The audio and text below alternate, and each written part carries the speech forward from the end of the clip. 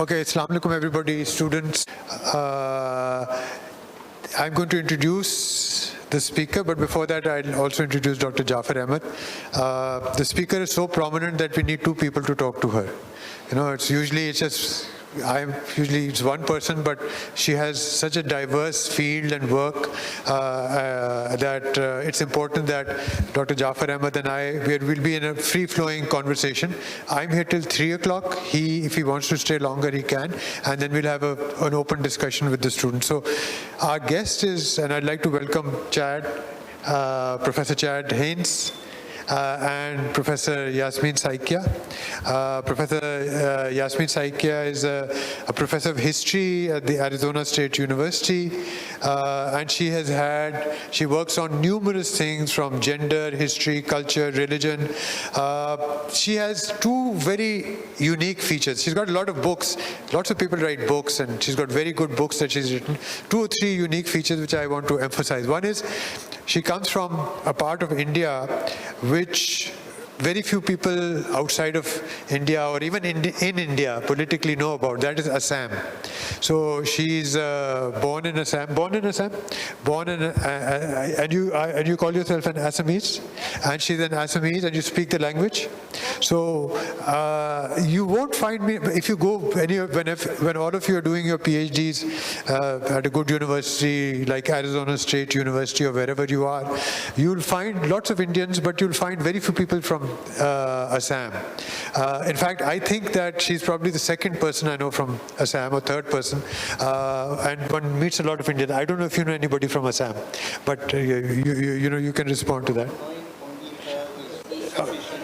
Mic. Okay, ठीक है. अभी नहीं बोल रहे. अच्छा, ठीक. So that's one major characteristic. And the other is that she went to a university which is very prominent and famous, especially in Karachi, called Aligarh University.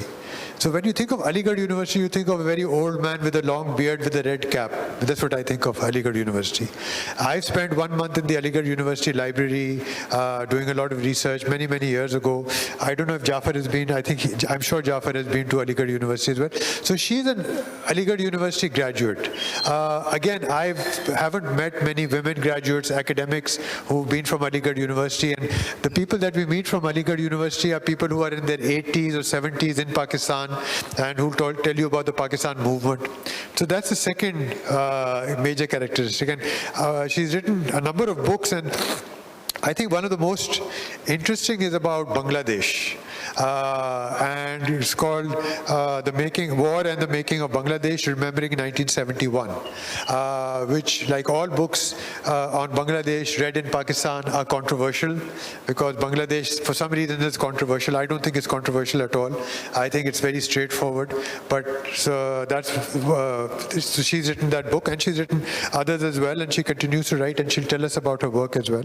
And Dr. Jaffar Ahmed, if you don't know, he's a professor of history, political science, teaches history at the IBA. He's the dean of the social science department at Sohail University. He's also the chair of the Institute of Historical Research, I think it's called. I'm not sure about the exact name. And he's been teaching at the IBA for many years. So what we're going to do is, Jaffar, जब भी आप बोलना चाहें, जब भी आप यास्मीन से पूछना चाहें, you can ask any question. So if you want to start, why don't you start? And नीचे से दबाना पड़ता है. And you can start, and then we can. Okay, thank you very much, Akbar. I'm glad that I know a little bit about Yasmin Saikia. We had invited her to Karachi University once, and she had delivered a lecture in the political science department. She's a good friend, and I had the opportunity to attend a conference or a workshop in Bangladesh where we were together. और वहाँ पे मुझे यास्मीन को ज़्यादा समझने का मौका मिला. इनको समझना वैसे ज़रा मुश्किल है, क्योंकि काफ़ी कॉम्प्लेक्स इनकी समझें कि केमिस्ट्री है. सिक्किम, असम, अलीगढ़, अमेरिका, कराची, दुनिया जहाँ में रिसर्चेस करती रही हैं, اور اپنا ایک جیسے کہنا چاہیے نیش کریٹ کرنا. تو she has created a niche for ہر سیلف. اور ان کی جنریشن کے جو ہسٹورینس ہیں ان میں ان کی اب ایک شناخت بن چکی ہے. اور personally she is a very good friend. بہت مزہ آتا ہے ان کے ساتھ موو اراؤنڈ کرنے میں. بنگلہ دیش میں ہم نے ڈسکور کیا کہ پان بہت کھاتی ہیں, بہت ذوق شوق سے, ابھی بھی کھاتی ہیں. ہاں, تو لیکن جو چیز ان کی ہسٹوریوگرافی میں مجھے اپیل کرتی ہے وہ ہسٹری آف میموریز ہے. اور یہ کام انہوں نے بہت چاہت سے, بہت شوق سے کیا ہے.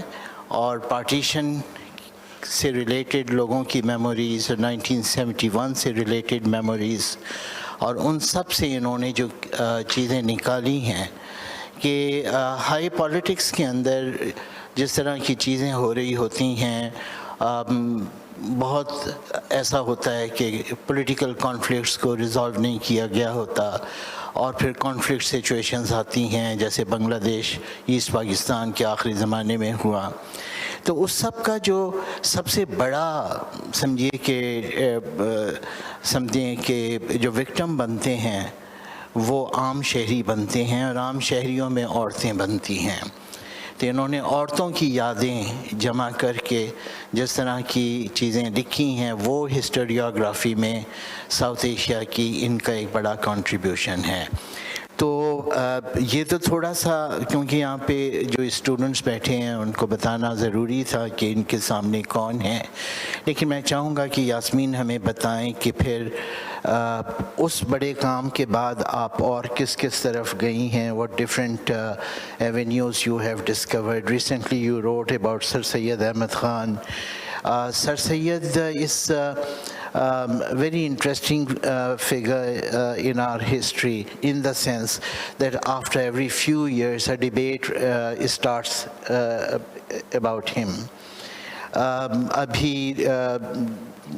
اب سے کوئی 2 سال پہلے 2017 میں کراچی یونیورسٹی نے ایک بہت بڑی سر سید پہ کانفرنس کی, and I had the pleasure to give the keynote address. اس کے چند ماہ کے بعد انٹرنیشنل اسلامک یونیورسٹی بھی ہوئی, اور وہاں پہ میں نے سر سید کو ایک اس طرح سے دیکھا کہ سر سید کی جو بھی فارمولیشنز تھیں, جو ان کی انٹرپریٹیشن آف ریلیجن تھی, جو انہوں نے علم الکلام وضع کیا, اس کی آڈینس کون تھی, کس کے کام کی وہ چیز تھی.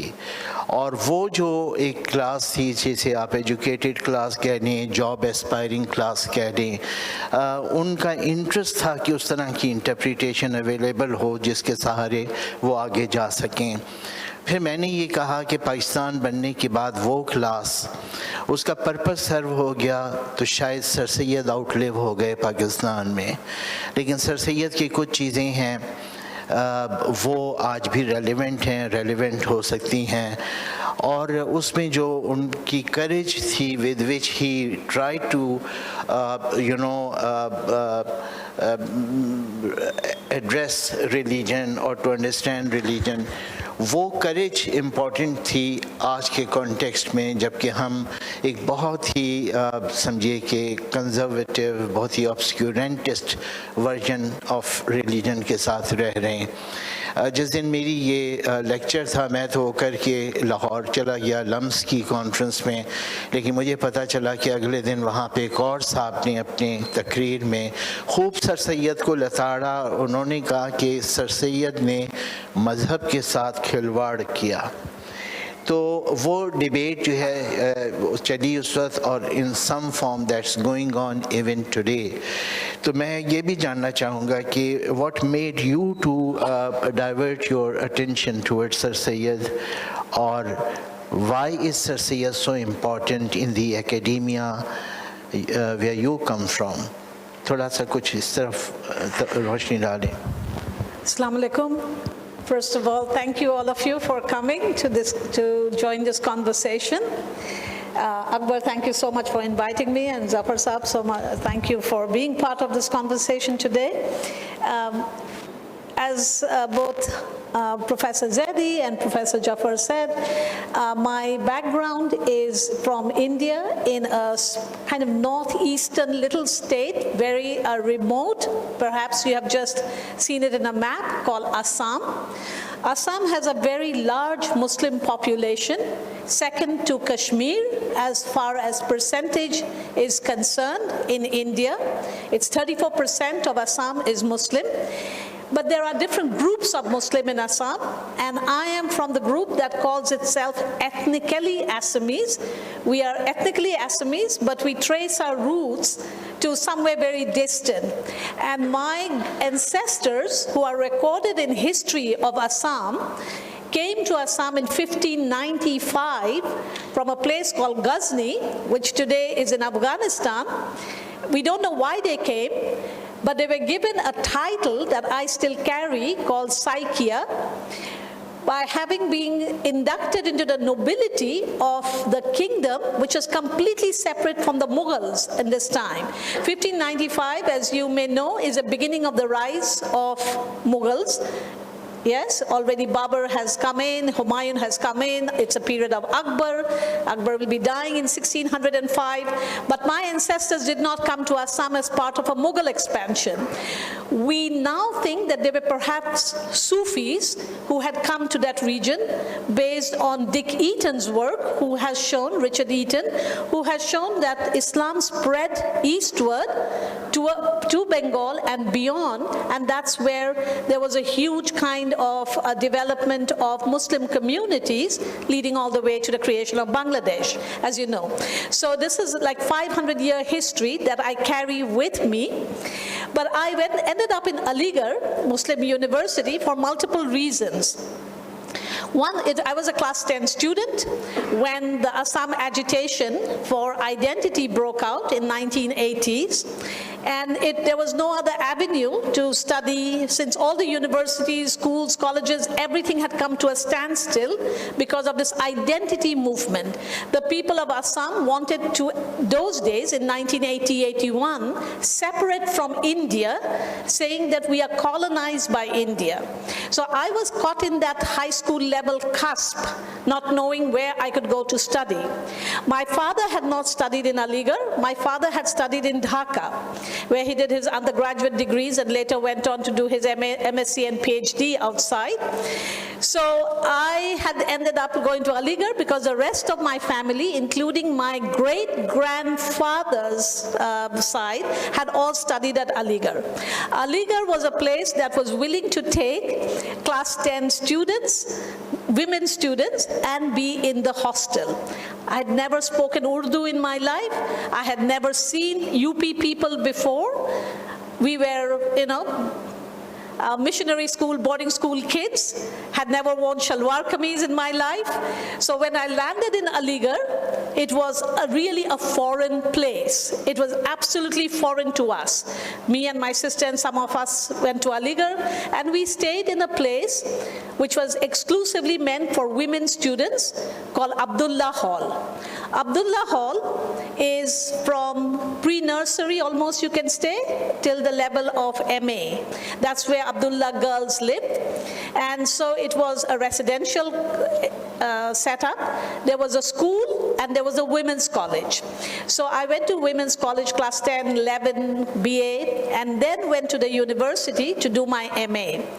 Abdullah Hall has the women's college, which was started by Sheikh Abdullah, who was a convert, a Kashmiri convert to Islam, who was a student of Sir Syed. Sir Syed was, in the beginning, not very pro-women's education, because he thought that what we needed first is the education of Muslim men, and only when we have sufficiently educated Muslim men who can then get the jobs and can come out of this very dismal condition that Muslims were suddenly subjected to, as you probably have all read on the causes of the revolt of 1857. He thought that if Muslim men could be educated and could regain some sense of dignity and value and become useful in society, then they could marry Muslim women from upper class families, and those Muslim women trained in the Quran and Hadith and some kind of housekeeping will be good partners. So he was not very pro women's education. But his student, Sheikh Abdullah, the convert from Kashmir, he and his wife, Wahid Jahaz, thought that it was very important to have schools for girls and started initially the girls' school, which later became, from its very, very humble origins, became Women's College. And that is where I studied initially. And when I was in Aligarh, as you know, Aligarh is a very, very lively place. Many of you may not be thinking of Aligarh as a lively place. It's a residential university. We did not have too many day scholars. We were all boarders. We lived in these halls that had multiple hostels. Everybody took incredible pride in the hall. And there was only one women's hall. As I said, in my time, it was called Abdullah Hall. And there was one hall for female students who were doing engineering and medical science and other kinds like PhD level work. That was called Sarojini Naidu Hall. So we didn't have much connection with Sarojini Naidu. Abdullah Hall was the locus of women's education in Aligarh Muslim University. So I became very involved in Aligarh's politics. Aligarh's politics, student politics, is not like student politics, I don't know, in Karachi University. If you have party politics, we didn't have party politics. We had like students' union, where we would, like this, where we would have a lot of debates and mushairas and bedbuzzies and extempore speech and all kinds of activities that encourage students to become publicly engaged. We had literary clubs, we had debate clubs. The union was a very active space. So I became involved in student politics and went on to become the first women president of Aligarh Muslim University, winning from the SFI candidate, the Student Federation of India, which was a left-leaning kind of body. But at the time I was in Aligarh, I was very, very focused in education, in my studies. I did my BA and my MA, like I did from class 11 till all the way up to my MA. In history, and I studied medieval history because that was what Aligarh was famous for, was medieval history. I had professors like K. Nizami and Irfan Saab and Athar Saab and Bhai Khan and Shireen Musfi and all kinds of very star-studded history department. Now, however, when it came to the level of doing PhD, I decided to go abroad for multiple reasons. My parents were also interested. So I ended up in America by chance. And when I landed up in America and wanted to do history, nobody was studying medieval history in America in the late 1980s. So I ended up doing very modern history. Now the question Jaffar Saab has raised, that why have you returned to study Sir Syed after so many years? Sir Syed is somebody who never left me. I started at the age of 14 at Aligarh, and I have lived with Aligarh even though I have traveled all over, and I have lived in the United States for the last 33 years now. I have been, when I was at Aligarh, we just breathe Sir Syed. We don't think about Sir Syed. He's just there, like, you know, he's a spirit hovering all over Aligarh. But we don't think much about him.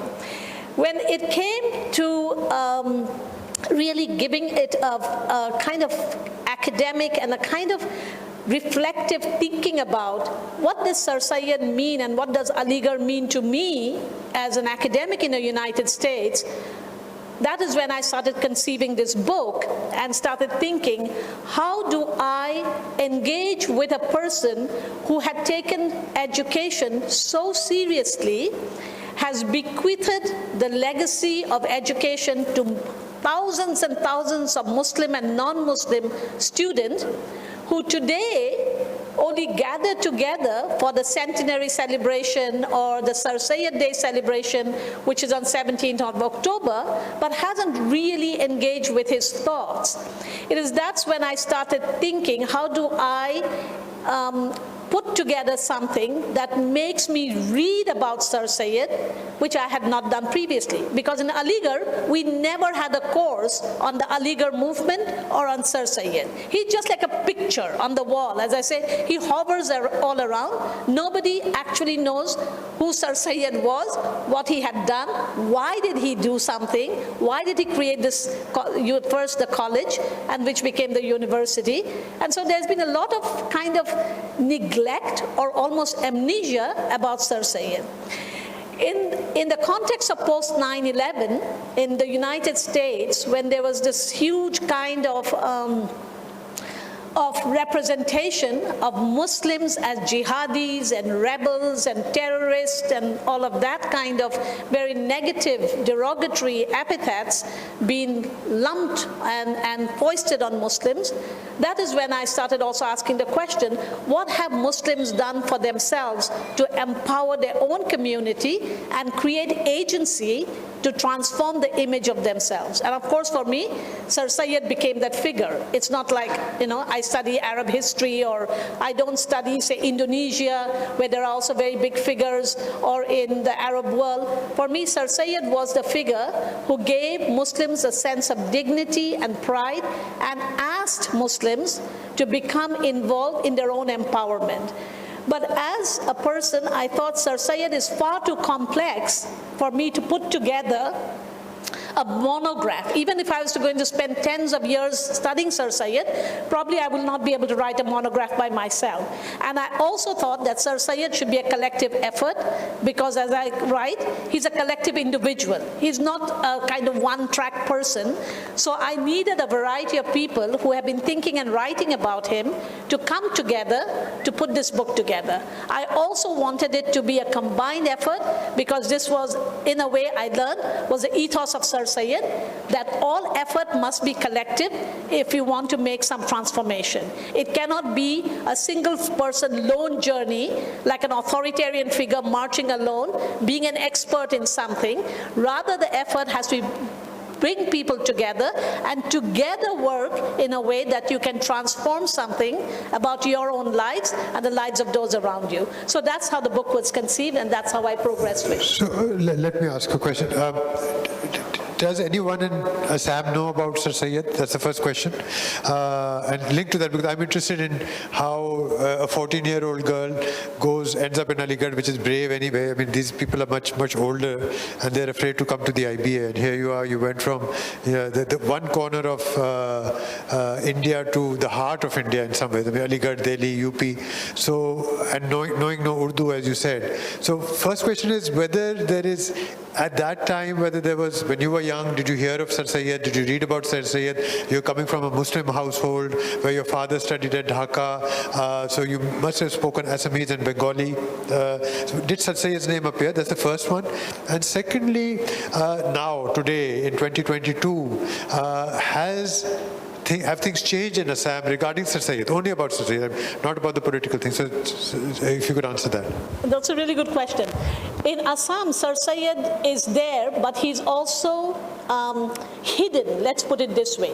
The main road in the city of Guwahati, which is the capital of Assam, and you can say the capital of northeast India, okay? It is the only city that is in the entire northeast of India. If you look at the map, northeast India is beyond Bengal, east of Bengal, butting just south of Bhutan, north of Bangladesh, west of Myanmar. That whole region, it's like there's a little land corridor, and then there's a little hand-like thing that is called Northeast India. Sir Syed is there, but he is absent in the sense that nobody calls any of the places that is marked Sir Syed Road, Sir Syed Bazaars. It's all called SS Bazaar, SS Road, okay? It's abbreviated to a point that Sir Syed has disappeared, but something called SS is there. And so some people may assume it's some kind of British man whose name is SS, so it's named after him. Now, it is not like Aligarh was not present in my family. My mother's aunt studied in Aligarh, okay? And as I said, my great-grandfather, his brother studied in Aligarh. All of them studied in Aligarh. My father did not go to Aligarh because Dhaka had emerged to be in this mid-20th century, around 1940s, 50s, to be one of the kind of very significant places to study, particularly if you're doing sciences, and it was closer to Assam. So it was, our route of study was always Aligarh or Dhaka. My mother studied in Bombay, so that's something else. So education was part of my family background, and so it was not difficult to go to Aligarh. So why not Calcutta? I would think that, Calcutta more than Dhaka. Is it, so you've already, I mean, it's very interesting that you mentioned Aligarh, Dhaka and Bombay, and here you are close to Calcutta, which is the hub, intellectual hub of India at many times in history. But you chose, is that a Muslim choice? How did that work? You pointed it out. Okay, many of my family members also studied in Presidency College for class 11 and 12, right? There was no university in Guwahati in those days. Guwahati University comes much later in the 50s. Now, because we are a Muslim family and a highly educated Muslim family, this is one family that's produced probably the largest number of PhDs in Assam.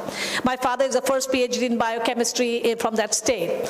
Okay, so educational part of it, but it was a Muslim choice. Dhaka was because I never asked that question to my dad, and he has passed on. I think he went to Dhaka because it was connected to Salimullah Muslim, Nawab Salimullah. And so Nawab Salimullah Muslim Hall was the most prized kind of hall in Dhaka University. So many Muslims went there, and Aligarh was the choice. I think it was a Muslim choice. Delhi University was not even in consideration, right? And all our Hindu friends during that agitation period of 1980 to 1985 went to Delhi University.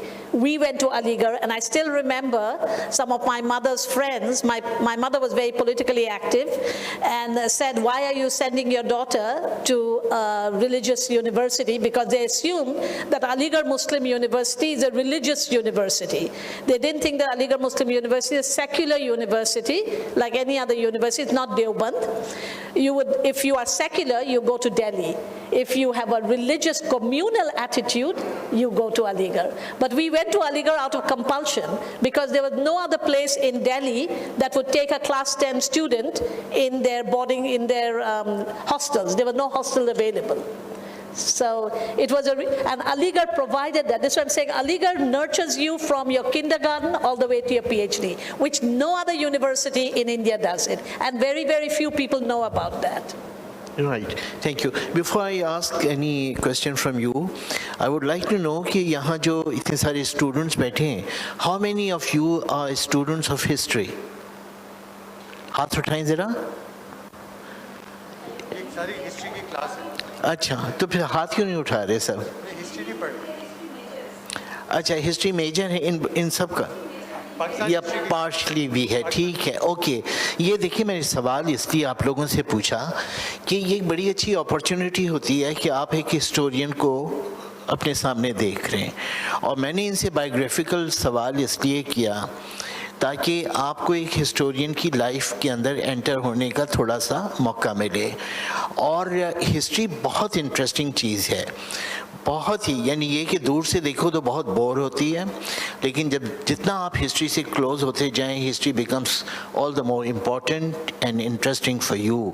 So much so that there comes a time कि जहाँ आपको लगता है कि history का एक romance develop होना शुरू हो जाता है, और आप किताबों में मज़ा ले रहे होते हो, आर्काइव्स में, और उस सब के अंदर एक हिस्टोरियन की लाइफ जो है वो बहुत हमारे लिए इंस्पिरेशन का सबब होती है. ये लोग इतना ट्रैवल करते हैं, इन्होंने इतने खामोशी के फेजेस देखे होते हैं, 15-15 दिन तक ये लाइब्रेरियों में बैठे रहते हैं, आर्काइव्स में बैठे रहते हैं, कुछ चीज़ें नई निकाल के लाते हैं, और फिर सारा इनका जो एक फोर्टे बनता है वो ये बनता है कि how original they have been and what new they have been able to contribute to the whole corpus of literature. तो ये सारी बातें हैं, आपको बाद में भी मौका मिले इनके साथ इंटरेक्ट कीजिएगा और इनकी कहानियाँ सुनिएगा. Try to spend some time with her. Coming to you, I would like to know, now that we are talking about Sir Syed, how relevant Sir Syed was in his times, and is he still relevant today in our times? That's a question not to ask an Aligarhian. Sir, we never think that Sir Syed is not relevant to us. In fact, his relevance only becomes more and more clear as you become further away from Aligarh. This is what, as an alumni of Aligarh, I would say that. If the question is, was Sir Syed relevant in his times?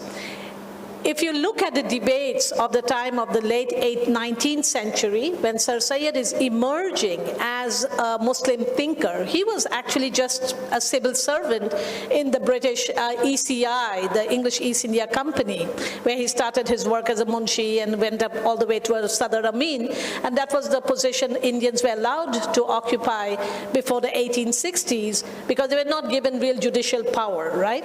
So Sir Syed had reached a point of the height of his career in the East India Company. He comes from an aristocratic family. You know the story of Sir Syed, I think, at least a textbook story of Sir Syed. So when he was just a civil servant, a small civil servant, but he was constantly engaging with the history of the past which is not something, as Jaffar Saab said, is dead. He was living in that history of Delhi, right? It was all around him, yet it was decaying. He could see it very clearly that the Muslim history, or what we should not call it Muslim history, we should call it late Mughal history, because Mughal is also a very hybrid dynasty which incorporated a lot of outside elements and Indic elements, which Indic elements being Hinduistic, Brahmanistic, Buddhistic, Jain, and all kinds of stuff, right? So he incorporates, he's a person who lives with this history. So when he sees that the power that was ruling India, the Mughal power, which is kind of, as I said, a complex hybrid power, is decaying, and there is something really different in the horizon, rising up from a commercial company to become a ruling entity, the British. Sir Syed grasped the situation of that time very, very clearly, unlike perhaps the people all around him in Delhi who are living in the basking in nostalgia. Sir Syed is concerned about what is ending, but he's also very clearly aware of what is emerging and how to enter into this transitional period and become part of some new architecture in which Muslims can participate. Of course, his relevance becomes highly contested. If a person, if in your time, in our time, think of it, if in our time one of us now has to say, we do know that the West, the American West, or the Squad, or whatever kind of powers you can now see looming largely in the horizon, is going to dominate the next 30 years of our life, if not the next century, and let's start working with them. I don't think many of us will also be understandable to our contemporaries now. We will be seen as perhaps turncoats or people who have made a deal with the outsiders, with the enemies of Muslims, or whatever you might call it, and perhaps we will be maligned. There might be even attempts to kill us in today's day and time. In Sir Syed's time, people didn't go around killing one another, I suppose, as easily as we do today. But the ways one could kill is a social death. You could make a person completely irrelevant by slandering. And Sir Syed was given a fatwa that he is a kafir, right? Because he was working so closely with the Westerners that there was a lot of anger against him, but there were also people who supported him, people who could see that the tide has turned and it is important to swim with the new tide. So it was Hindus and Muslims who also supported him, as much as Hindus and Muslims who also opposed him. So his relevance is contested. But if you say, was it a positive impact or a negative impact? One can then take sides, but he is highly relevant in his time because people are making a noise about him. Now, the question is he relevant to us today? As I said in the very beginning, as an Aligarhian, for me, Sir Syed never ends. Sir Syed is us. For me, Sir Syed, I am Sir Syed's life.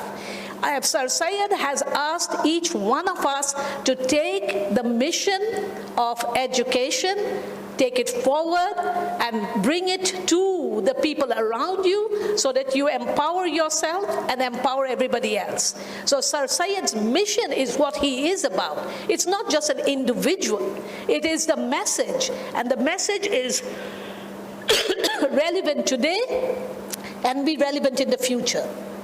So if you take Sir Syed as just an icon and an image and a picture on a poster, or something that is just a figure who has a long beard, his sartorial look, which is like very much like a Mughal aristocrat, yes, that figure does not seem to make sense today. If somebody was to dress like that and come and and hold audience, people will think they have emerged from some 19th century grave. But if you go to Aligarh today, you'll find that same passion that Sir Syed has infused very much alive. So Sir Syed is very, very alive, and particularly alive among the alumni. But Akbar mentioned something, that he has not met too many people from Assam, and certainly not a person from Assam coming from Aligarh. I know for certain I am the only Aligarhian in the United States of America who is pursuing social science education and a career in the social science as a professor. We have a lot of Aligarhians who are involved in different kinds of industry, in sciences, in computers, in the MNCs, in kind of different kinds of businesses, and in social work, in politics, but nobody in academia. So I'm the only one. I'm not just Assamese. I'm the only Aligarhian in the United States in the social sciences. Okay. So what do Aligarh graduates do then? I mean, do they, today, for example, or in the 80s when you were there as an undergraduate, and after that, I mean, are they all looking for jobs in the public sector in India? Do they become engineers, scientists, whatever? So, because the career path? Yeah. The career path of most Aligarh has huge number of students, as you can imagine. The current student body in Aligarh is 24,000. Unlike our time, when we used to mostly live in halls, and at my time there were only 8,000 students, of which over 6,500 lived in the different halls, men and women. 1,500 were day scholars. Today we have probably half and half. We have like half of them day scholars and half of them boarders, and there are more halls that have come about. The career path of most of the day scholars, I would think, is the civil service. Because they are from UP, they are from Aligarh area, they're day scholars, right? And most of them are from the Hindu community. Aligarh's demographics is, women are around 1/4 of the university. Now we have more women students than male students. When I was going to university there was 1/4 was female and 3/4 were male. Now you have 56% women student and 44% male students, okay? And of that, most of them, the day scholars, are from UP. Their career path is either civil service or these, what do you call these? Computer, technological, whatever these companies are that hire people to do computer work, whether it is content writing, whether it's call centers, whether it is computer software. We don't do too much hardware in India. It's mostly software, graphics, all that kind of stuff. And then there are enough people who do there are a lot of doctors. Aligarh produces a lot of doctors. So you have a lot of doctors, the medical profession, which are different. Now when you go to, if you look at the Aligarh directory that has come out recently, Aligarhians are spread all over the world. There is not a single place in the world that you will not find an Aligarh graduate.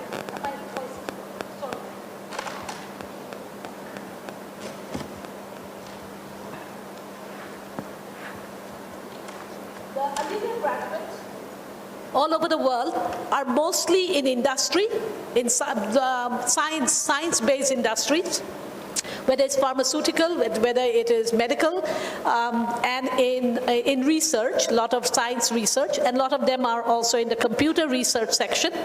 And many of them are career diplomats. So if you go back to Sir Syed's system of education, he really thought that people should get into the civil service because that's where decisions are being made about policies about running an administration. And so I think it has kind of inspired people to become part of the civil service cadre and follow that tradition. So we have most of them there. In the United States, we have a huge number of Aligarhians in the Silicon Valley, huge numbers, okay?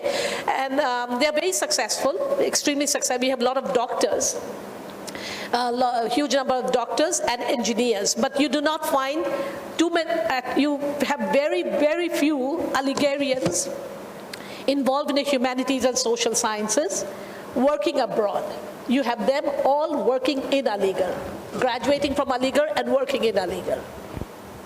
Right. May I know, it's a very important dimension of Sir Syed, that even though he did a lot for the promotion of education, modern education among the Muslims, but he had apprehensions. He didn't give that priority to the education of women. Gail Minault has an explanation for that, that he thought that first men should be educated, then through a filter-down effect, women would naturally come in the ambit of education. What you think of it, how you explain his position on women's education?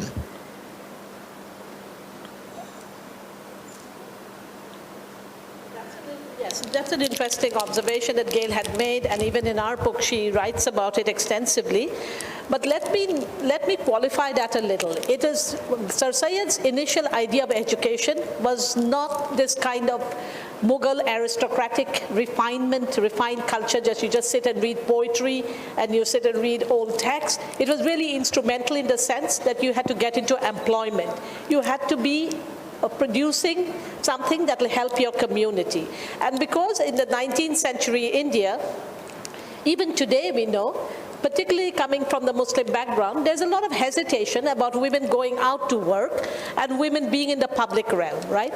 Sir Syed followed that same tradition, that women's place was perhaps in the home, but it did not mean that women should not get an education. His mother was his first teacher.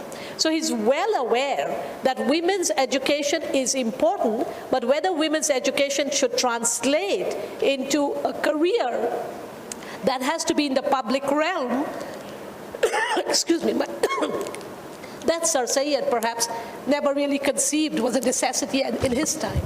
But that's not strange for somebody of that era. I mean, the thing is that I know that Rubina Sehgal wrote that piece against Sir Syed, his education, and I know that Anwar Shaheen has written an article also about this. So what you're saying is very typical. He came from a Mughal era where women did not go out, they did not study, and घर में पढ़ लें बहुत है, कुरान शरीफ पढ़ लें, कुछ हाँ थोड़ा बहुत ये सीख लें. So it's not unusual. I think that a lot of scholars, for some reason, blame Sir Syed looking at the 21st century or the 20th century for something that did not happen in the 19th century, which is not how historians look at, should be looking at scholarship. So I think, and it's also, in the UP especially, first of all, Muslims are very slow at all education, as you know, not just women, but men as well. And for women to come to get education was very strange for them. Only in Bengal and South India did women start education much earlier. Right. And also, as you said, because the culture was such that it believed that women's honor was in the home, right? That your honor was in the home. You didn't have to go outside to get your honor. So keeping that family honor with education, but not instrumentally using it, was the culture of the 19th century, Hindus and Muslims, right? Very few. The Pandita Ramabai starts this idea that women should get education, but it was not really this kind of education that you would become an academic or become a thinker. It was more nursing and, kind of service-based education. And the kind of class of society that Sir Syed is talking about initially is a very upper-class society, right? Upper-class society is not involved in the service of khidmat of other people. Right. So there was not a reason for women to get training in nursing or in teaching or, activities activities like that would require you to go out. But women did teach women inside the household. And as I said, Sir Syed's mother was his first teacher, right? And she was a very, very strict teacher. She was not an easy teacher. So Syed used to be very scared of her. So it is not like he is unaware of the education of women, but how education must be instrumentally used by women is something that, like any other thinker of the 19th century, whether it is in India or in Cambridge or in the US, it's the same position then, right? He's a person of that time. But nonetheless, seeing education no longer as simply something that you do for the refinement of the soul, but actually has a utility is something Sir Syed really gives it a new shape. You want to open it up? Yeah. And then we can come back.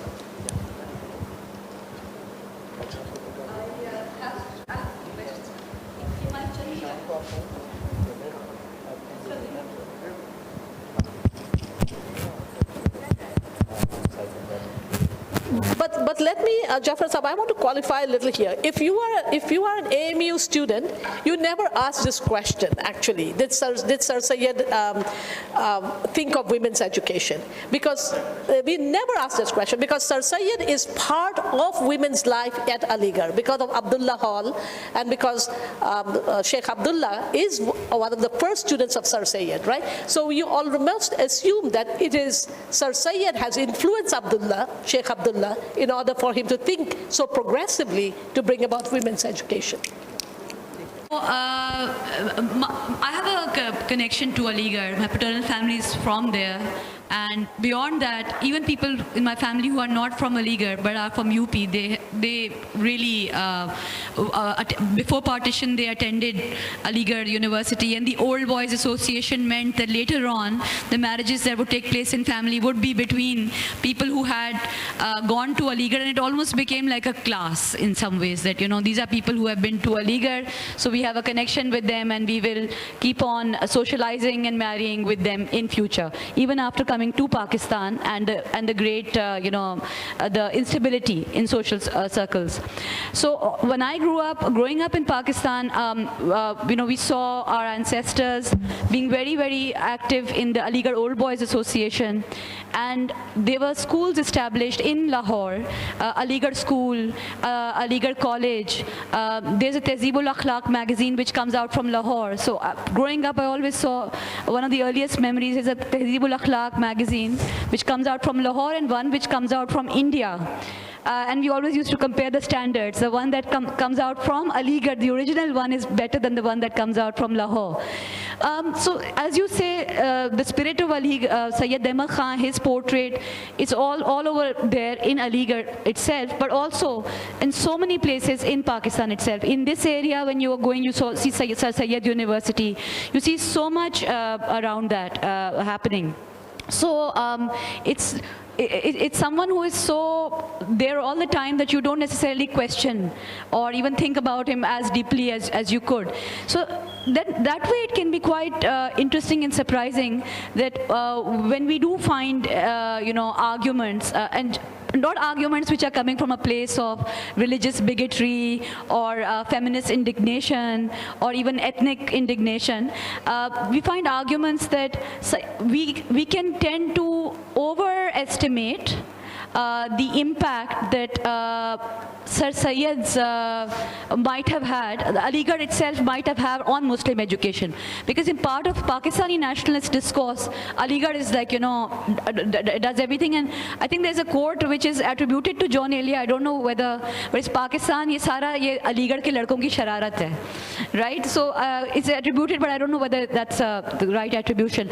But we do find, like, when people analyze data from around that time, there are so many other colleges who were responsible for producing qualified Muslims or Muslim technocrats. Banaras Hindu College, there are so very many, and all across. So to what extent would you say that, of course its relevance, all of those things are there, that we have overestimated the contribution of one university for the formation of Muslims? And secondly, and I have one or two more I'll ask later. Thank you. Okay, that's a very interesting question. I hope these young people are thinking about this. That is Sir Syed, one of the founders of Pakistan, as the Pakistani historiography talks about. Now, when you study Sir Syed or the Aligarh movement very well, particularly Sir Syed, it should become clear to you that Sir Syed never imagined or never talked about a two-nation theory. Sir Syed dies 40 years before even Pakistan is created. He dies in 1898. You don't even have the concept of Pakistan really being circulated till 1940. So to attribute Sir Syed as one of the founding figures of Pakistan is actually pushing history in a way to say that this man thought of a new country when it was not even on the horizon. Means it was not even horizon in the sense that Muslims were not even in the administration of the British after 1857, when they were all declared to be rebels and jihadis and terrorists of today's Wahhabis, right? So Sir Syed's whole effort was to make sure that Muslims are not so reviled and degraded, but was given some place of honor so that they could contribute to their society, which is the Indian society, which is a composite Hindu and Muslim society. Sir Syed always wrote about the Ganga Jamuna Tehzeeb, okay? He called himself that we are one Qaum. Hindu is not just a religion. Hindu is a place that we inhabit, Hindustan, which is figured out by both Hindus and Muslims. So to sort of ask the question that is he really a founding spirit of Muslim advancement is to actually tag it with a political question that did Pakistan come into being because of Sir Syed. Sir Syed's contribution to Muslim education is unparalleled. There's not a single human being in South Asia who had actually thought about Muslim education the way Sir Syed did. Like I said, my father went to Dhaka. The Dhaka University was not started by some Muslim, but Nawab Salimullah was very involved in donating. He was one of the donors of that university. When Sir Syed establishes Mohammedan Anglo-Oriental College, it is his brainchild. He starts it as a school, right? Anglo-Mohammedan school in 1875. It becomes a college in 1877. Sir Syed is dead when Aligarh Muslim comes into being. Aligarh Muslim University is created by Sir Syed's students and Sir Syed's lovers. They are the ones who collect the money in UK, in India, all of it, those days undivided India, and start this university in 1921. It is the passion of the students who come out of Anglo-Mohammedan College, started by Sir Syed with the help of the British, that gives shape to Aligarh Muslim University, and it survives even today, 100 years later, right? So Banaras Hindu University, Allahabad University, Allahabad University precedes Aligarh Muslim University. Bombay University precedes Aligarh Muslim University. Calcutta University precedes Aligarh Muslim University. There are already these universities started by the British and supported by local Indian Hindus, Muslims, and others to establish these universities. But Aligarh comes out of Sir Syed's passion, his lifelong struggle, his complete dedication to the cause of Muslim empowerment through education. There is no parallel to this elsewhere in India. So you would say it's more of an ethic rather than just the institutional contribution. It's the ethic that Syed Ahmed embodies, whether or not the figures are coming from Aligarh or from other universities, because once Muslims have gone towards Western education in a big way, then it doesn't have to be at Aligarh. It could be at many other places, all over India, whatever is closer. Yes and no. The ethics of Sir Syed is very different, and I have written extensively in my book about the ethics of Sir Syed, which is based on civility. Like, even when there is a big argument, so to speak, as one can say, the British had tagged the Muslims as the problem in India. After 1857, the British said it is the Muslims who are the rebels. It is the Muslims who are the troublemakers, and they should be punished. Sir Syed did not take up violence as a way to sort of speak back to the British. He used his very, very civil way that he had learned as a child growing up in an aristocratic family, how to dialogue with the people who blame you. His ethics is an ethics of collective, in a way, bargaining, collectively coming together to explain a situation and look for redress. If it needs to make compromise, let's make compromise. Where we need to ask for our rights, let's ask it in a very civil way, in an informed and knowledgeable way. This is how Sir Syed operates. He does his connection between tehzeeb and I call him a gentleman rebel, right? He rebels against a system that tells him that you are cast as a violator, as a jihadi, as a problem maker, but he shows to the perpetrators, to the ones who are casting Muslims in a negative light, that we are not this and that. And in order to show it, he does it in a very ethical manner. So he brings adab.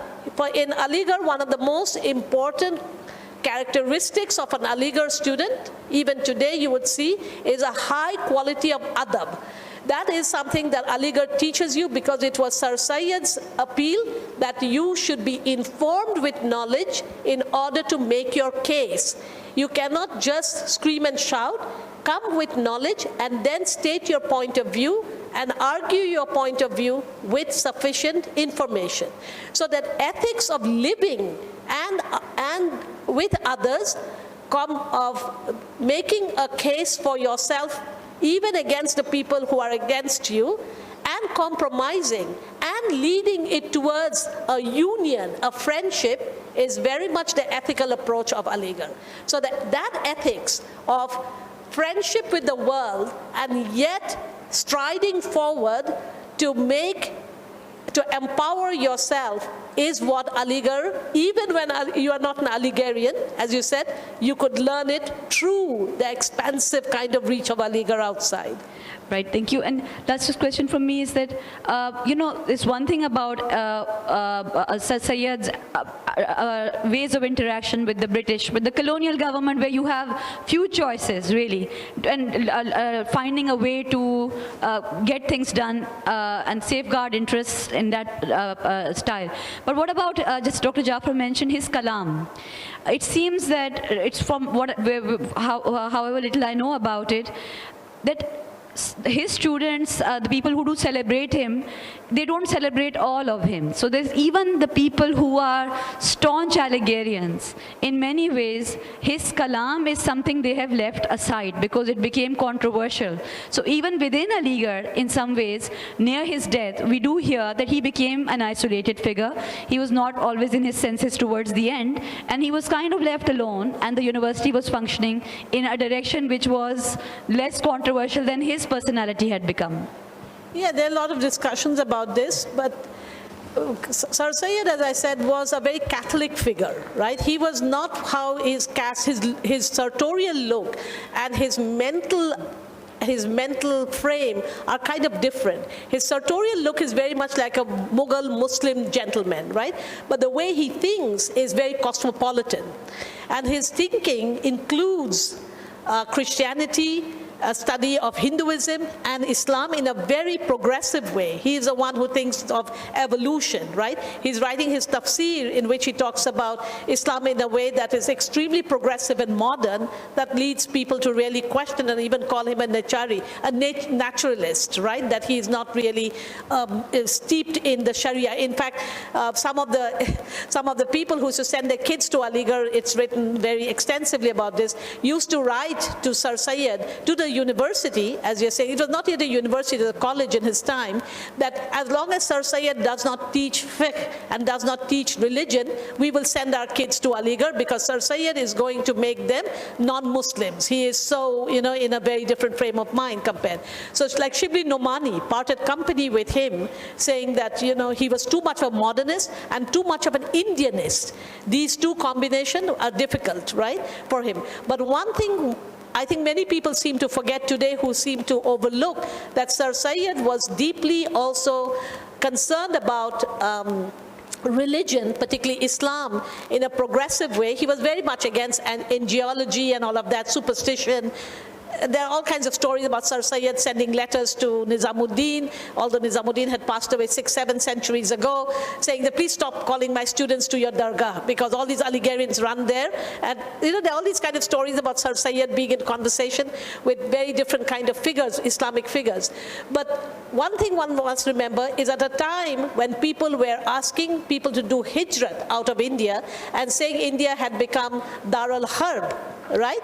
That Sir Syed was one person who did not believe that people should migrate, Muslims should migrate out of India, because India for him was still Dar al-Islam, right? Although people had a hard time, like Deobandis initially had a hard time with Sir Syed, later on Deoband, but in 1910, after 10 years after Sir Syed dies, 12 years after Sir Syed dies, the Deobandis are the ones who come to Aligarh and ask for a meeting with the Aligarh people, because they find that this kind of Muslim is the kind of Muslim we should have, who's progressive, who knows how to work with the rulers, and yet is keeping a very strong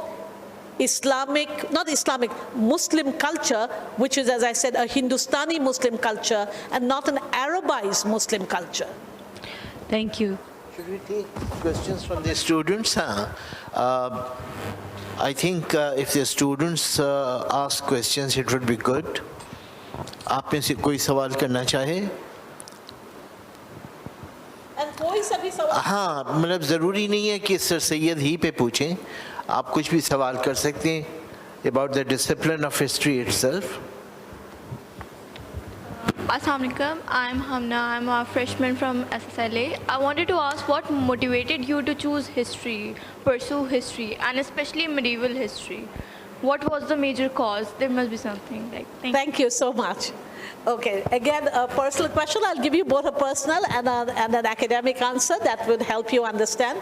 As I said, when I went to Aligarh, I did not know where I was going. It was just by accident, one can say, because of the larger political changes that were happening in Assam, closure of universities and schools and all of that, and yet looking for a place where you could study and live and study, which was not open in Delhi or other places, ended up in Aligarh, right? It was a choice that was made under certain circumstances.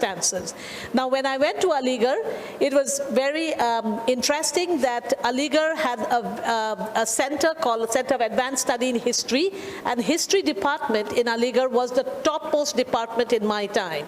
Leave aside all other science faculty and everything else, history was the emblematic and the flagship department of Aligarh Muslim University between, say, 80 to 1992, 93. Because you had some of the most famous medieval historians ever teaching at that time. Now, besides being, because I came to Aligarh and I was a very, let me put it this way, I was a very, very good student, okay? I had topped all along. So the choice was, should I study science or should I study something that was a flagship of the university? And when I started studying at Aligarh, I was studying under Irfan Saab and, as I was telling you, with Bhai Khan and Athar Saab and all these very famous Indian Muslim historians, that I, in a way, in my tiny little 15-year-old mind, when I came to be, I thought, I want to be like them, right? I didn't want to be a doctor. I didn't want to be an IS officer. I wanted to be like my teachers. So I ended up studying history. That was, the reason was my professors were so inspiring that I thought history was a pathway for me. And also because as I said, my father was a professor of biochemistry. He said, no, don't study science, it's very boring. And my mother was a professor of philosophy, and she thought, no, we don't need two philosophers in the household, right? So I ended up studying history. But if it was not for those teachers, perhaps I would have taken another subject. And if it was not that Aligarh had this emblematic history department, I would perhaps have not gone. Like when I applied to go to the US, and I wrote to certain professors who are now very good friends of mine that I want to come to America to do my MA and PhD, they wrote back to me saying, why would you come to America when you're studying at Aligarh Muslim University under such famous people? It was the place to study medieval history during those times. Good. Any other question? Is Syed safe? Yeah.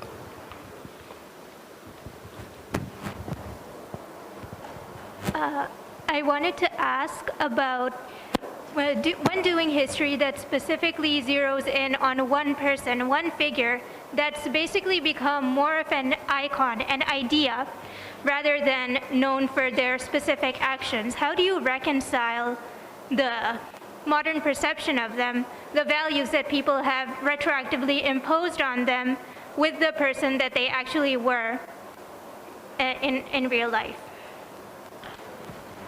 I'm sorry, I didn't get the full question. I thought you said, how do I reconcile between this iconic figure and history as a processual movement? Yes, the modern perception of who they were. I can't hear properly.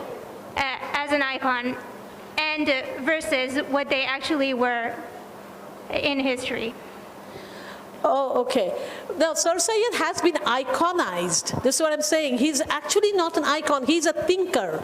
And if you engage with his thinking, then you start actually understanding that what he's writing has relevance for a very, very long time. He's actually providing you a way of living and becoming engaged in your life as an agent of change, rather than waiting for somebody to offer you that change. From dependency to independency, right? He's actually talking of freeing yourself from the clutches of subjecthood. In India, in 1857, when the revolt took place, I don't think Muslims even understood what subjecthood meant. What is it to be a subject? They have not really contemplated that. Sir Syed contemplates on that question, that subjecthood cannot be a condition for the Muslims. Muslims have to become agents of their own change, but to become an agent, you cannot walk that road along. You need friends who are in power, like the Brits and the Maharajas and all the other kinds of people, with whom you work together collectively to move forward. So he's been iconized now, and I think that is what is the problem, that he has been made into a postage stamp or a poster or an icon, as you call. Sir Syed has to be engaged with as a thinker and as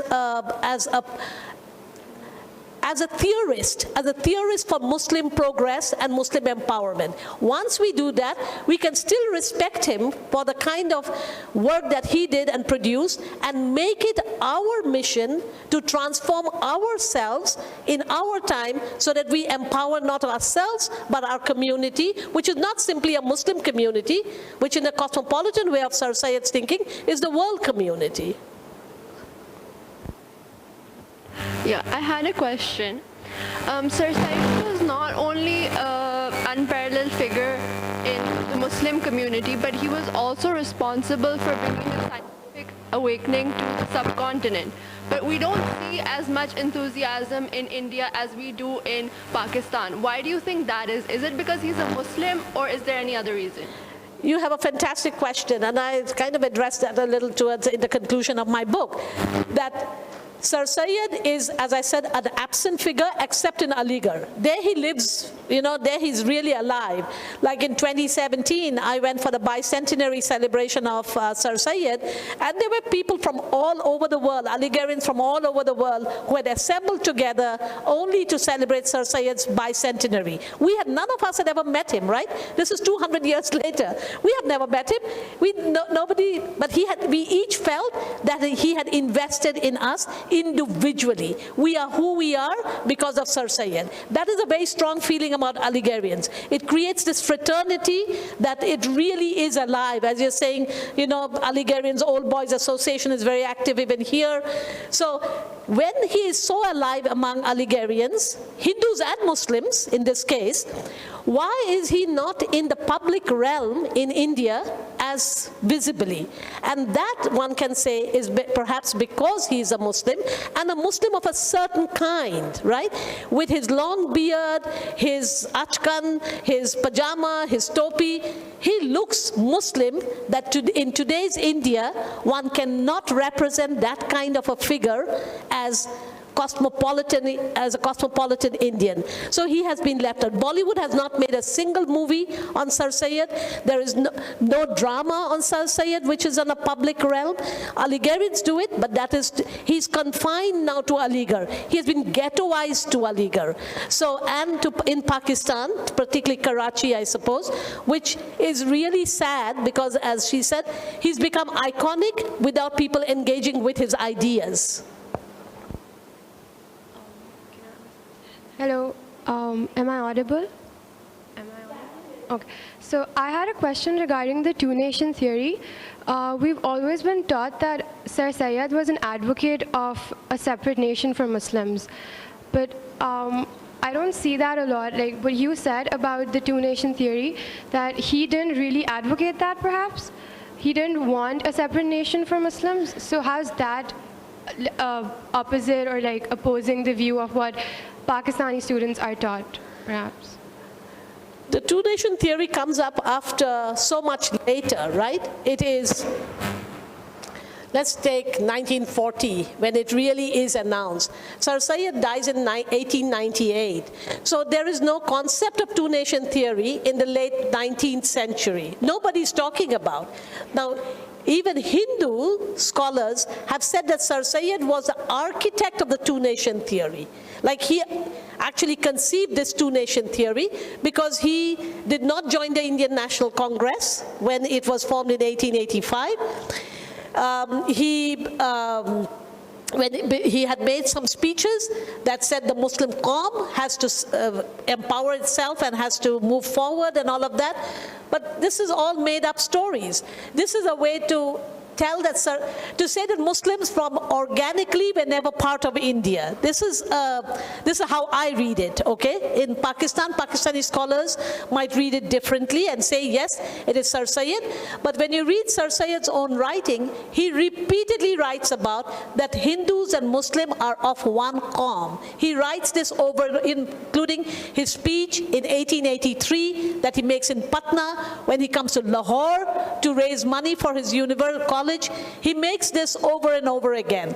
Now, why is he, if he is saying that the Ganga Jamuna Tehzeeb makes us one, we are all people of Hindustan, you people have come from somewhere, we have come from somewhere, we have settled here, all of us, and this land is a land that belongs to both of us, why is it then that that division is ascribed to Sir Syed? That may be a question we need to ask as historians, that why is the Muslim person being tagged with this separatist tendency that according to them the Hindus never had, only the Muslims had, and Sir Syed did it, including the separate electorate of 1906 and all of that, right? So one has to ask that question, when does history become communalized? When does a communal strain in history start taking shape, and then you ascribe certain people to this kind of thinking when Muslims themselves are saying that Sir Syed is not a good Muslim. He is an apostate. They give him a kafir, dajjal, all kinds of false messiah, all kinds of stuff that he had been blamed about, slurs, all kinds of slander that was made against him. So I think the two-nation theory needs a genealogy. It needs its own history. So in order to create a history, you go back to Sir Syed and say, it begins here, and this is where it progresses to, and becomes Pakistan. Because history moves a linear way, right? This is the way history is narrativized. This is the problem of the profession of history, not necessarily that these people historically thought about two-nation theory. There are two different approaches. You have to think about this carefully. If historians write history like, today this has happened, tomorrow that has happened, all of this is tagged together to create a narrative. This narrative has a politics. right? And this politics of two-nation theory comes out after Pakistan is formed. And people who are writing today, that was a two-nation theory there from the beginning or not. But when history is happening, it is not clear where it is going. Sir Syed is in that moment of history where he takes a certain position that Muslims must be empowered. He complains about some things, that he does not join the Congress because he thinks that this is one-track organization that will never really address all the questions that are important. So he doesn't join the Congress, but that does not mean he is conceiving that this country should become two different countries of Hindus and Muslims. Hello. Since you examined the discourse of nonviolence, Can you speak since you examined the discourse of nonviolence alongside the actual practice of violence against women and vulnerable groups, where do you think are the ways the discourse on nonviolence should head to actually engender nonviolence against women and vulnerable groups? Can you unpack that question a little for me, please? Since we're always talking about nonviolence against women and vulnerable groups, but there is still violence. So where do you think this discourse should head, and what should it include? What is it lacking in order to actually start engendering nonviolence towards these groups? That's a big sociological question, I think you're asking me as a historian. No society is without violence, and no society also does not dream about peace and non-violence, right? Almost the desire for peace is embedded in violence. War, people say you're fighting wars so that you will have a peaceful world, right? It's as if war will produce peace. The whole formula is wrong, yet that's how it seems to operate, right? And nobody says, oh, we will do peace in order to become violent, right? So it's the progression of nonviolence to peace. So what you're saying is there's so much, how do you engender a community that becomes nonviolent and really practices its passion for peace in the way that it talks about the rhetoric of peace? I think that it's a big human question you are asking, and that has to be with awareness, right? I think each one of us have to be aware of the consequences of violence and then think about it personally, that it does not take me too far, so maybe it's not such a good idea to be violent, and take a commonsensical approach. But violence also produces it has its benefits, right? Fighting wars is a huge industry. So how do you tell people that the world will be a more progressive and a prosperous and a place if you do not have war? War is an industry in itself, so I don't see how entire world can be changed, but we can change our own little environment, and that is, as I said, if you look at Sir Syed, he's actually very, very critical and crucial in thinking about this, that when Muslims were being told that all they do is violence, they are the rebels, they are the jihadis, they are the ones who destroyed, they are the ones who did the revolt against the British in order to destroy the good governance of the East India Company, Sir Syed did not entice people or did not instigate people to take up arms and go out and become more violent against the British. If you are told, means he didn't say that you are told that you're violent, so now let's act out violently. We are already told that we are violent, so let's go and do that. He never does that. In fact, he says, okay, we have been given this label of being rebels. Let me tell you, my rulers, we are not rebels. We want to work with you so that we become empowered, and you learn about us, and we work together to improve Hindustan, right? So he takes on a very compromising attitude, but an attitude that has a vision, a plan for the future, that only if I empower myself, I can sit at the table and talk to you across the table and put my point of view without becoming violent, right? Even in his behavior, he's not violent. As I'm saying, his behavior is very civil. He is writing. He's using the power of the pen to actually explain how the British misunderstood the Indian Muslims and what corrections need to be made on both sides for development and progress. So I cannot answer your question from a psychological, this is a psychological, sociological question. I can only give you a historic example of how Sir Syed dealt with violence and a moment of violence, and in a moment when Muslims were being blamed for the violence, to not respond with greater violence, but take on a very different course of action that today then produces this discussion among us, right? That what does education mean? Does education empower us? Can Sir Syed be really rethought as a person who has given us this gift of education that we all pursue today, and particularly as Muslims?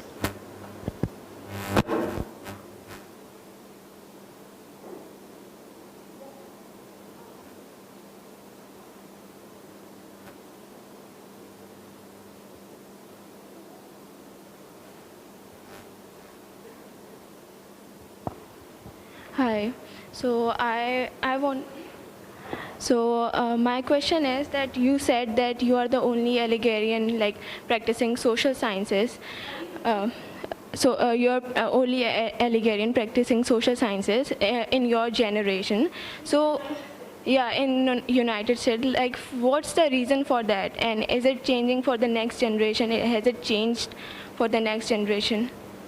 Really, really, that's a very important question.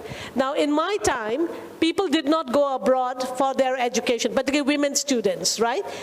Few men went, and as I said, the career path that even Akbar, Zaidi raised a question, what was the career path of Aligarh students? If you were a very good debater, involved in the literary world, you did very well in your BA exam or even your MA exam, you would end up taking the IAS exam and becoming a career administrator, the Indian Administrative Service, or go to the Foreign Service. That was the career path that was expected of most of us who were the toppers in the university, right?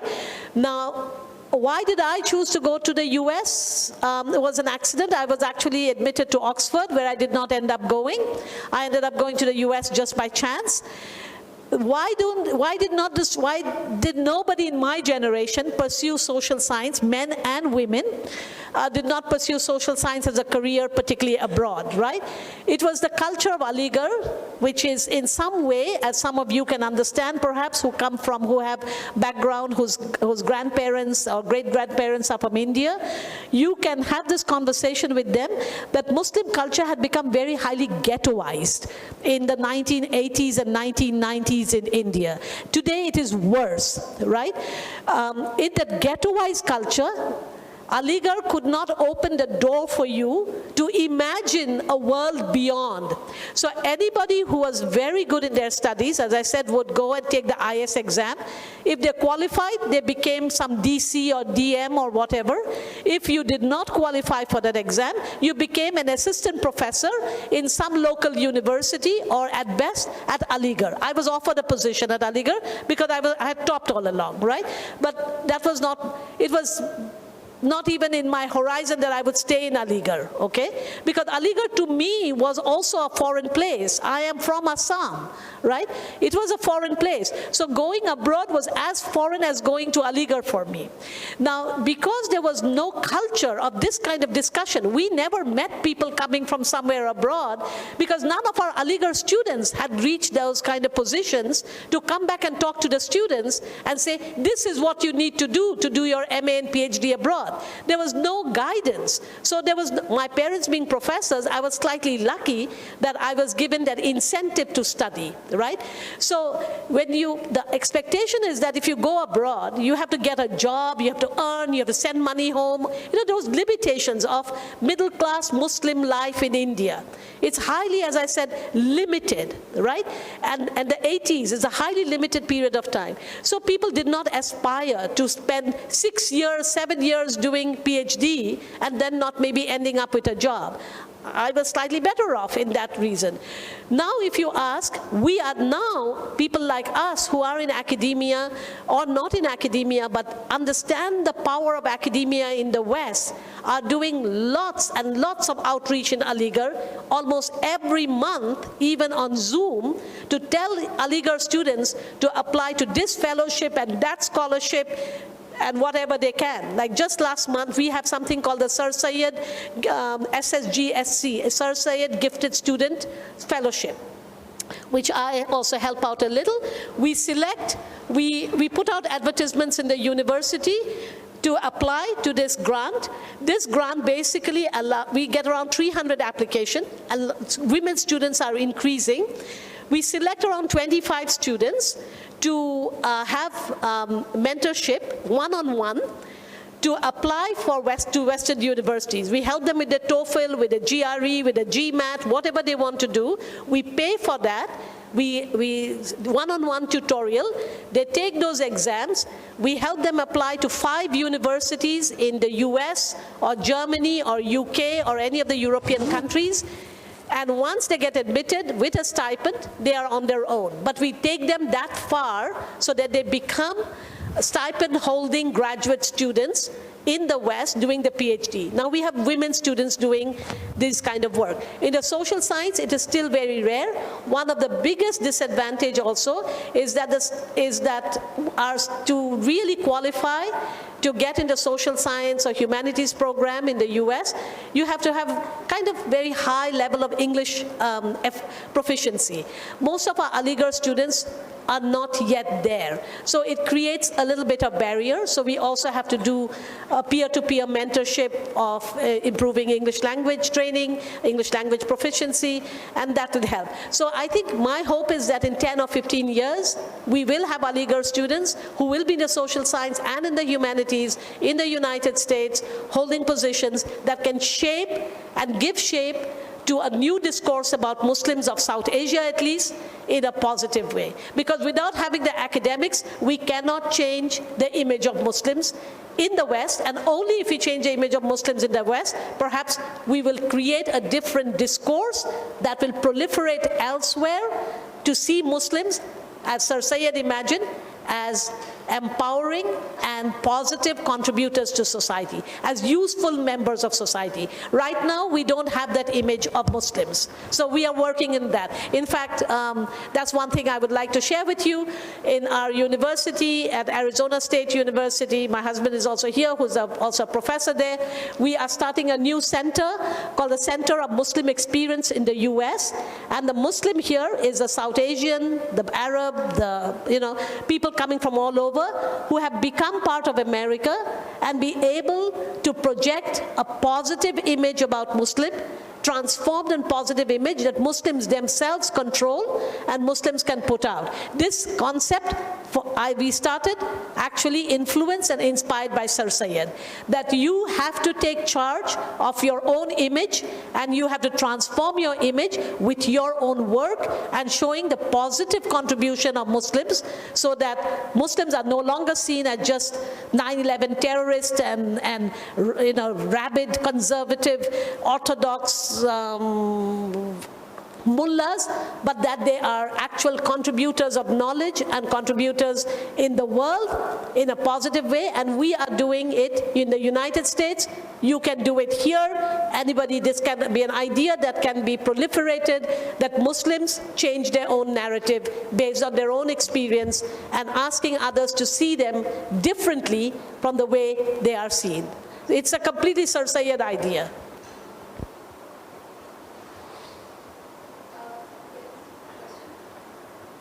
Let's give them time. Let's give students a chance.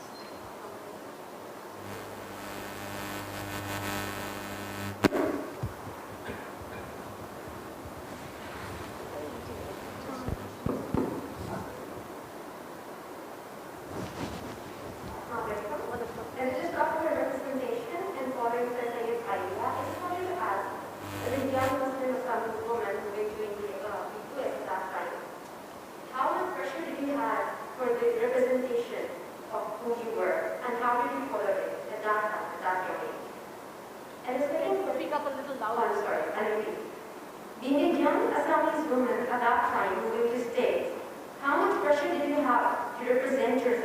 how did you do it? Second question is Saikia, your name. You did tell us about how it's related to nobility from Assam, but can you little bit talk about it more later? Thank you. No, that keep it, and then he has a question, your friend next to you. Okay. That's a good question that she asked me, that being an Assamese from Aligarh, when I went to United States, how do I represent myself and what were my challenges? I think Aligarh made me so confident. As I said, I was so involved in Aligarh's student politics, Aligarh's debate society, Aligarh's literary club, all kinds of drama society. I think I developed a confidence that I was not even aware about when I went to United States. And the United States was a completely foreign country. I remember I was the only female Muslim student at Madison, Wisconsin, where I went to study, who had gone to study humanities, right? So it's very unusual too. I was not very concern. I think being Muslim and being Aligarhian is so embedded in me that I didn't have to represent it. It's just me. How do I explain? It was not a problem. I was not even concerned what the world thought about me. I was just me. I just came out of Aligarh. I was a very good student. Aligarh is infused in Muslim culture. It was there was no contradiction in a way. Others perhaps saw me as little strange, and my husband here, who was my class fellow, may be able to tell you a little more about that. I didn't see that I had to represent anything. I just was very proud of being an Aligarhian, because Aligarh was so, as I said, 7 years in Aligarh from class 10 on made me extremely part of that world, right? So I did. Now, as an Assamese, it's a very outlying kind of community in those days in India.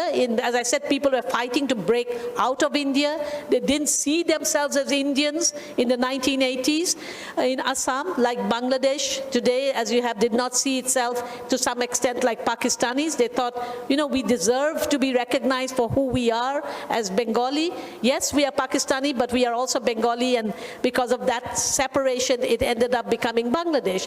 Likewise, in Assam, there was a kind of thing, yes, we are within India, but we are not truly Indians, right? We are slightly different. So being that Assamese was more of an outlying identity for me than being a Muslim, and the two outlying marginal identities, being Assamese and being Muslim, made me very comfortable that there were not too many people like me in any case. So why bother to explain what you are, right? So the second question, the Saikia thing that you said, we are one, perhaps at least historically recorded Muslim Saikia family.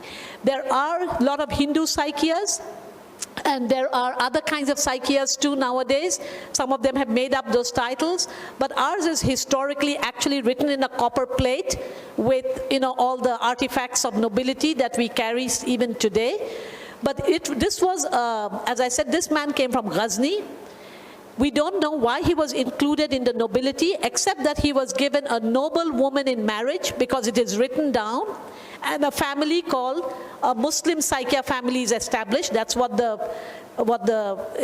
copper plate says, with so much land and so much this and that. So yes, I have continued the Saikia title. It means nothing today, but I think in the 1600, it had a certain kind of value and weight that this man, an outsider, a foreigner, was included because he probably had some skills. Today it has no value, except it confuses people in India whether I'm Muslim or Hindu.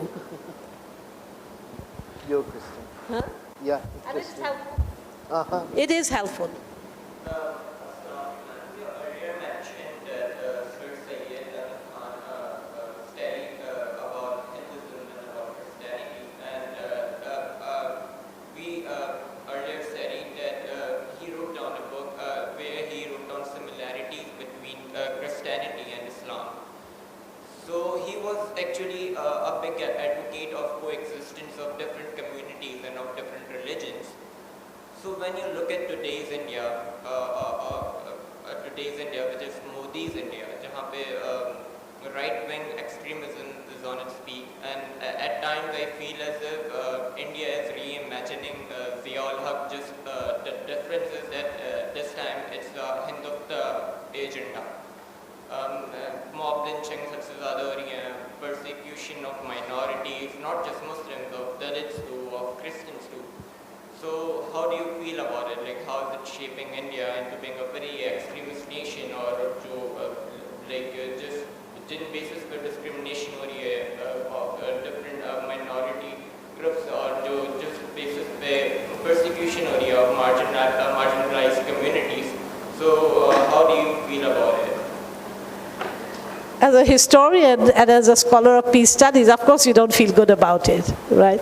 Any marginal, as you said, any minority communities, anywhere in the world, like I'm a minority in the United States too, right? I am a brown woman, I am Muslim, it's a minority position. The question is, how much does a state protect its minority and provide a kind of a safeguard through its rule of law, so that minorities do not have to live in extreme fear and anxiety of life and death, as you said, lynching and other kinds of persecution. Now in Pakistan also, minorities are also living in a great state of fear, of anxiety, of an uncertainty, right? And if you look around, it is there. So you have to start talking to minorities all over. So it's not just an Indian problem. In Bangladesh, it's the same story. You go to Nepal, you go to Sri Lanka, anywhere in the South Asia zone, where multiple diverse communities have been living together and coexisting in the past, suddenly in the last 20, 30 years, have become enemies of one another.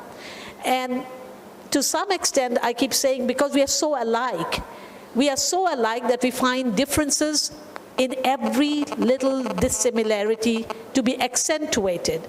We highlight those little differences, like you speak Urdu, I speak Hindi. Oh, but they are originally more or less the same language. But we accentuate it to a point that we find that our common threads of relationship disappear and the gaps between us become more evident. It is happening in India. Minorities are in a very difficult situation, but I would not say that people are not without the capacity to address these problems, to find the resources within themselves, to empower and to chart out new futures for themselves, right? I strongly believe as a historian, and I'm coming here as a historian, history is not about yesterday or 50 years ago. History is a study of a long period of time, and when you look at a long arc of history, you constantly see one endearing thing about human society is resilience. People have been resilient. There have been many, many instances worldwide over the last 2,000 years where it appeared humanity is almost disappearing, and yet humanity comes back. So India, Pakistan, Bangladesh, all of these places go through these phases of violence against their own selves, through using these markers of religion or ethnicity or language or class or caste or what you may have. But then it also has had to accommodate and has to move forward. So I don't see anything as a historian as a permanent state, nor there has to be any reason for current problems to depress us as if they are unending. There is always a new beginning. That's how history starts. History always begins where something has ended, right? A new history always comes into being. We are in a period of history now that is moving in a certain direction, and there will be new direction. And that will have to come from our own resilience. And again, I go back to Sir Syed. How did he imagine empowering people in 1857 when it was one of the worst moments of Muslim history in the subcontinent? The Mughals, for better or for worse, whatever they were, ended in 1857. Till then you had a figurehead, right?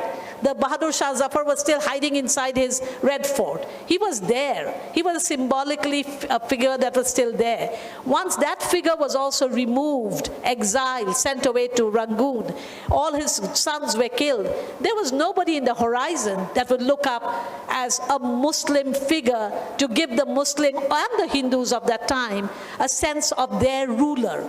The concept of your ruler had disappeared. A foreign commercial company had taken over rulership, and then suddenly the Queen Victoria becomes the Queen Empress of India.